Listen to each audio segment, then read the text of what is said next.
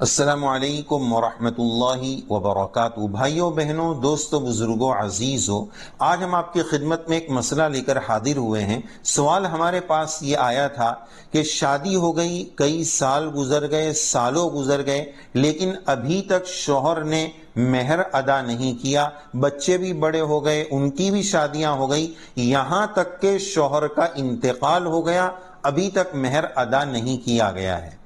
تو یہ بالکل غلط بات ہے۔ اس طرح کی صورتحال عام طور پر چل رہی ہے۔ دیکھو، نکاح کے موقع پر جو مہر ہوتا ہے یہ بنیادی ہے، ضروری ہے، اور نکاح کے بنیادی چیزوں میں اس کا شمار ہے، لہذا اس کا اہتمام کرنا چاہیے۔ پھر مہر دو قسم کا ہوتا ہے، معجل یعنی کیش فوراً دینا ہے، اور ایک ہے ادھار۔ تو بھائی ادھار کی بھی کوئی لیمٹ ہوتی ہے، پوری زندگی گزر جائے اور بیوی سے سب کچھ آپ حاصل کر رہے ہیں، اس کے منافع لے رہے ہیں، لیکن مہر ایک اس کا حق اس کو نہیں دے رہے ہیں، یہ مرد کی مردانگی کے خلاف ہے۔ بڑی بے غیرتی کی بات ہے کہ وہ عورت کو اس کا حق مہر نہیں دے رہا ہے، یہاں تک کہ پوری زندگی گزار دی۔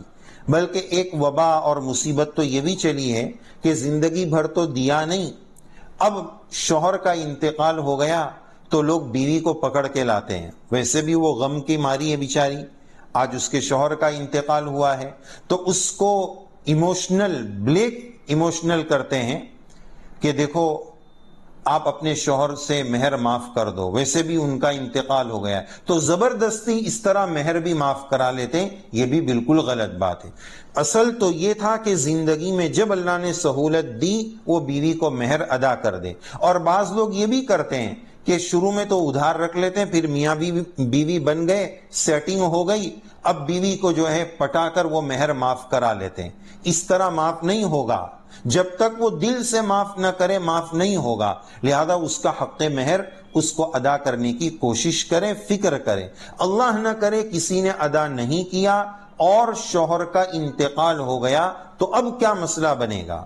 اب مسئلہ یہ بنے گا کہ یہ رقم شوہر کے اوپر قرضہ رہے گی۔ شوہر کے کفن دفن کے بعد دوسرا نمبر اس کے قرضوں کی ادائیگی کا آتا ہے۔ میراث کی تقسیم سے پہلے یہ قرض بیوی کو ادا کر دیا جائے گا، جو اس کا مہر باقی ہے وہ اس کو دے دیا جائے گا، یہ شکل ادا کی جائے گی، اس کے بعد میراث کی تقسیم ہوگی۔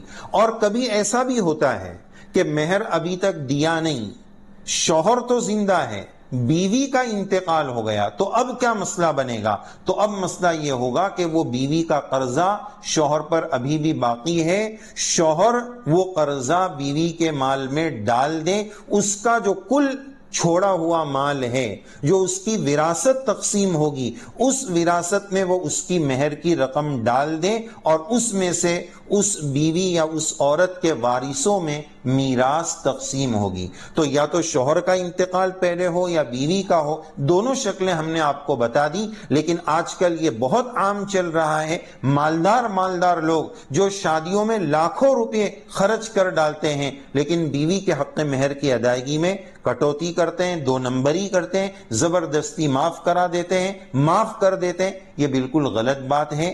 ضرورت ہے اس بات کی کہ شریعت کے مزاج کو سمجھیں، شریعت نے جہاں معاملات ہمیں بتائیں ان معاملات کی صفائی کا اہتمام کریں۔ اللہ عز و جل ہم سب کو معاملات کی اہمیت اور اس کے مطابق شریعت سنت پر چلنا ہم سب کو آسان فرمائے، آمین یا رب العالمین۔